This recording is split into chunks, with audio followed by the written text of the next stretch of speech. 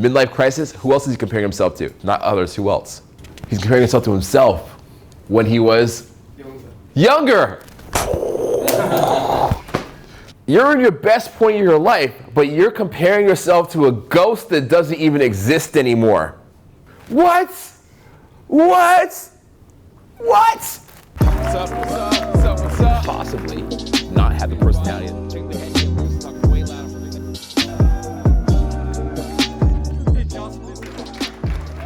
So talking about recognition, talking about how it runs our life, talking about how every problem we have is an interpersonal problem. We're talking about the idea of now depression. Like when you feel depressed, and we say every problem is an interpersonal problem. So when you feel depressed, it's because you feel like you're running this race of life and you feel like you're doing terrible at it. You feel like this is you, like this is like 10 positive or like 10 negative. You feel like you're doing terrible at it and you're just like, oh, I'm doing terrible. You're disappointing yourself plus others. Because there would be no depression if there was nobody else around. You need like a gauge of other people around you being successful in order to feel depressed. Do you know what I'm saying? You need somebody around you doing really well, everybody living it up, having a great time, maybe like in a club or a venue, everybody laughing, having drinks, there's a couple over there making out. You need that around you to feel depressed. You need that around you for a long time. You need to feel like you're disappointing yourself and other people, and you're not doing as good. Yeah, you need a lot of environment stimulation with other people to feel depressed. When everybody is kind of like also not doing well, it's very hard to feel depressed. You know, it's very hard to feel like you're living in poverty if everybody around you is also living in poverty. I would go to Africa sometimes and I'd see like kids playing in like areas that had like a soccer ball and like a dirt flat playing with like garbage just all around, and there was an ox just walking through. I saw this one kid like in diapers, like just playing, no shoes on. And I was like, why does this kid look happy? The kid looks happy because there's no recognition from others that he needs. This is gonna sound funny, but every time on TV I see kids in Africa playing soccer, I look at it and I always wonder, how come the dirt doesn't stick to their feet? Yeah. So their feet don't look dirty. But then I come here and I see the dirt is flat and heavy. So the dirt doesn't really stick to you. It's like carpets. Yeah. Now you can look at the kid and be like, oh, that kid is in poverty. That kid's sad. That kid should be sad. But that's your interpersonal problem, not the kid's. You know what I'm saying? The kid's fine. He has no recognition from others, from himself, he's lacking. So we know that depression is, what was the quote that you gave? It was really good way you phrased it. You have a way with words at times. Struggling to live up to the expectation of others. Okay, so I like that. Struggling to live up to the expectation of yourself and others. Say that. Struggling to live up to the expectation of yourself and others. Write that down. That's what depression is. Or feeling depressed. And again, this is like not a chemical imbalance. If it's not like a lack of serotonin or dopamine or like you need prescription, this is completely different. Somebody who's bipolar, this is different. Bipolar is just like woo, woo, woo, up and down. It's like chemical imbalance, right? Sometimes you see like these celebrities like Robin Williams who killed himself, who had a great life apparently, or like these Anthony Bourdain, as I learned recently from the Dave Chappelle sketch. This guy like traveled the world and ate food. That was his job, travel the world and eat food. So why are people that are successful or famous, why are they depressed? And it has nothing to do that other people are seeing them well. It has to do with how they see themselves to others. The recognition again. It's the interpersonal problem again. The way they see themselves to others is what creates depression. It's how they gauge themselves around everybody in the world. Again, the kid who's in poverty in Africa might not be depressed because everybody else around them is also in poverty. So he has no comparison to others. Mm-hmm. Well, if he has an opportunity to compare, he may become... Correct. When he has an opportunity to compare, he may become depressed.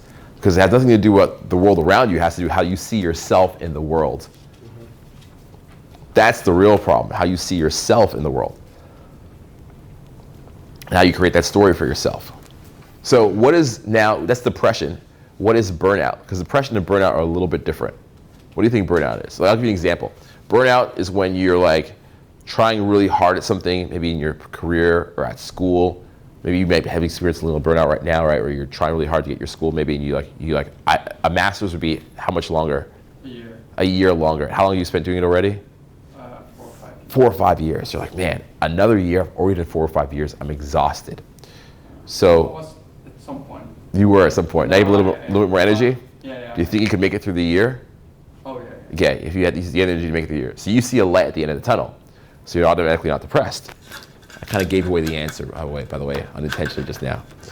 So let's say you were tired before. This is you for your school. You were tired before, but now you see that in the future, we're not there yet. You're here. This is you right now. This is you currently. But you see that in the future, it could possibly go like that. So what is that? Hope. That is hope. Yeah, man. Here's hope. Or expectations. Expectation. No, he has a vision of the future. He sees a light at the end of the road. He has hope for a light at the end of the road. He's not there yet. This is today. So what is burnout? When you're feeling burnt out, what is it then? Not seeing the light in the tunnel. Exactly. You're tired and you know there could be a way out, but you don't really see the way out. So some of you in this room right now might be burnt out when it comes to meeting women or dating or social communications. You might feel burnt out right now because you know that it could get better, but you don't really know how, and you're a little tired. Does that make sense? It could get better. It's got better for other people. I did it. Other guys did it in these groups, in these seminars. So it could get better. I just don't know how I'm going to do it. What's that? Frustration. Frustration. That's the word. That's what we're trying to hint you to. I'm leading you guys to the answers. Letting you come up with the answers on your own. It's good interpersonal teaching. So my friend right there in the back, he's not looking at me. So that's what you were feeling yesterday when you were doing the exercises. I noticed you were a little bit frustrated, let's call it. Okay? You were angry at yourself. You were angry at how well other people were doing at the exercise compared to you, and a little angry at how well you personally wanted to do the exercise. You knew that if you practice this, you could get better in the future, but right now you weren't where you wanted to be. So frustration. And it's normal. So just to rephrase what you said, last night you went out and you tried to be social with people. You heard no, no, no, no, no, no, no. You got frustrated. You were like, I'm not even gonna come to this classroom today. So if he decided to call it quits, what would that be? If he quits, like quits, completely quits, life. Depression. It's more than depression. Suicide. Suicide. Suicide is when you're like, I see no hope. I don't have any answers. I can't get out. Suicide. I'm just out the game. So the zero line is when you're like, I'm just out the game. I have no hope. I don't know how it's going to get better. I quit. People around you are like, you're going to do great. You're like, I don't see myself doing great. I'm disappointing myself. I can't live up to it. Boom. So thank you for not doing that. Thank you for not doing that. That's an option some people take. It's an option. All they're missing is just mentorship. The value of a mentor is a mentor gives you hope. Mentor gives you what? Hope. That's right. Because hope will get you to see a future. You might not be there yet. We see somebody in your situation, a coach, a young kid who's 20 years old, who sits in the back of my room, and you go, damn, this 20-year-old kid can do it. Why am I bullshitting? Gives you some hope. By the way, I like to bring around usually to guys who are divorced. So like an older gentleman as well. So usually I bring around older gentlemen, like guys who are divorced, and they're like, what the fuck, man? Because they're all concerned about their the way they look and shit. And makes out with this girl, and he's 5'1" or whatever, and it's this 20-year-old kid, and you're like, what the fuck? It's very disrupting. When I bring around, it's one of two things happen. Either people get really inspired, or they're like, fuck this, and they're out. They just leave. Because it's really hard to look at. You know, if you see a kid that's like has like a 7-figure company and he's killing it with girls, and like he just seems to not have any negative baggage, why? You quit. The reason why you feel depressed sometimes is because the recognition of others makes you feel depressed. Self-esteem is when you're just feeling good about yourself. It's all internal. It's all self-motivated. So, to get back to what you said, you were watching my videos. In my video, I said either you win or you learn how to win. So right now you're having a hard time. You're not doing good. You're struggling. Why do I say either you win or you learn how to win? Because it gives you hope. I know you're here right now. That's fine. I was here too. But if I know that you're not winning today, you're not being successful today, you're struggling today, you're frustrated today, I get that. I understand that. I got to give you a little bit of hope, because the hope is what will actually get you to there. To get you to not be depressed, to get you to not burn out. You will get better at everything as long as you don't get depressed and burn out. The situation is going to change at some point. It's going to either go up or down. Most likely to go up if you have hope. If you have more hope, eliminate burnout and depression, most likely it'll get better. Because you're practicing, learning new skills, you're improving. You might not feel it, but you are 1% today better than you were yesterday. You are. You're like, okay. You are. You're 1% better today than you were yesterday. You know something today you didn't know yesterday. You experienced something today you didn't learn yesterday. You're not the same person you were yesterday. You're 1% better. You're 1% better, man. Allow it to sink in. Allow yourself to appreciate that. You're 1% better today than you were yesterday. Okay? So knowing that, what does it mean tomorrow could be? A little bit better. 1%. It's 1%. So 1% better tomorrow. So either you're going to win or you're going to learn how to win. As long as you're learning how to win, you're also getting better. Which is, to what you said, lowering your criteria of how high this has to be. You lower the bar on how high you have to be successful. To be successful. That's what I say when you go out. Appreciate a high five you get. Appreciate it. Appreciate the handshakes you get. Appreciate somebody telling you a joke. Appreciate some dude who's like, here, man, have a beer. Appreciate that. Lower the bar on how good interactions have to be, because you'll be able to deal with depression or burnout a lot easier. It won't exist anymore. There's people that have midlife crises where they feel like they're comparing themselves to other people and they're doing really well. Let's say out of 10, this is the midlife crisis. The guy's got money, he's got a car, he's got a family, you know what I'm saying? He's got all this. Yep. But he's 50 years old, and then he gets divorced. Boom! Gets divorced. How does he imagine the rest of his life is going to go? He imagines his life is going to be like that. So he gets depressed. It's lack of hope. Lack of, all those things. He gets frustrated, he gets depressed. He fears he's going to lose all this stuff. Not that he doesn't have it, but he feels he's going to lose it. It's because, as you said, he's comparing himself to others. Not only that, midlife crisis, who else is he comparing himself to? Not others, who else? His own impression of what his life would be. He's comparing himself to himself when he was younger.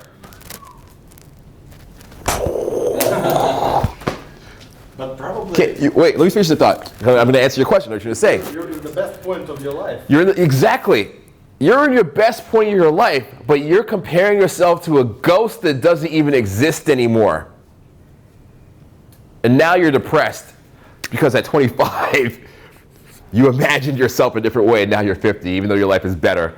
Maybe at 25, you were here. But at 25, you imagine yourself when you're 50, you imagine yourself when you're 25. Now you're like, oh, so I should go. What? The recognition of self. Okay, recognition of you, recognition of self, recognition of others. Gotta get rid of it as much as possible. It's running your life. It will run the course of your life. It will take your life in directions you don't even want. You don't even know where you're going. It's gonna run your life, man. Gotta get rid of this recognition of yourself. Gotta not compare you to others.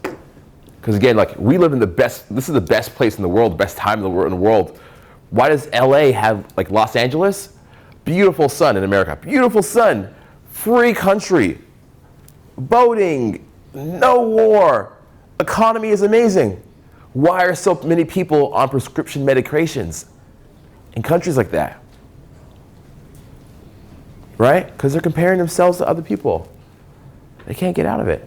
They hate themselves with how they are. Comparing themselves to how they used to be when they're 25. So they're on prescription medications. It's crazy. So let's say you go out to a social venue, okay? You walk up to somebody and you're like, oh, hey, what's up? How's your night going? The reaction is a negative reaction. Ugh, gross. You go, oh. That's what happened to. I feel bad about myself. The other people don't like me. Okay. So you have to make a life decision to be kind to yourself just for trying. As Owen would say, how is that 100 out of 10? Who would have the guts to even do that? Either you win or you learn how to win. I got rejected like a boss. I still went for it like a boss. I got so nervous I peed my pants on the floor like a boss. I vomited onto myself like a boss. You know what I'm saying? That at least allows you to go up, have a bad interaction with somebody, or it doesn't go well, and be like, yeah, blow out like a boss. And you're happy you walk around with more self-love. Every social interaction you have is an opportunity to either be frustrated or to practice the art of self-love. That's a choice you have every interaction. Every time you go out. It's like self-love therapy, bro.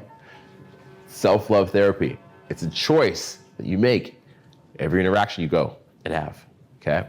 If you give me 60 seconds of your attention, I promise that I'm gonna change your life. Most of us have a secret that we are a bit ashamed of. If we walk up to somebody new, we're gonna feel anxiety, maybe offend them, say the wrong thing, just look stupid. We're unable to give a presentation at work or attract an intimate partner, and we feel stifled because our life is stuck in first gear, pathetic and not moving forward. I personally was a social idiot growing up. No friends, introverted, no romance, no cool invitations, not sure what I was doing wrong. I became obsessed with the dating community, music industry, and fashion world, and I learned the invisible rules and phrases that unlock high status access behind velvet ropes all around the world. That's why I created this exclusive mastermind, a collective group that I wish existed when I wanted to take my conversation to God-level verbal skills. What's better, black chocolate or white chocolate? The group is intimate, and I do that to keep my ability to create transformations very high. By the end, you'll be able to strike up a conversation out of thin air, have the confidence in any social situation, and be excited for all the new life-changing opportunities that appear in front of you. I can possibly give you a million reasons of what I've learned. I was getting too much into my head, telling myself that I was this and that when I'm not. You guys are awesome and you guys have listened to me.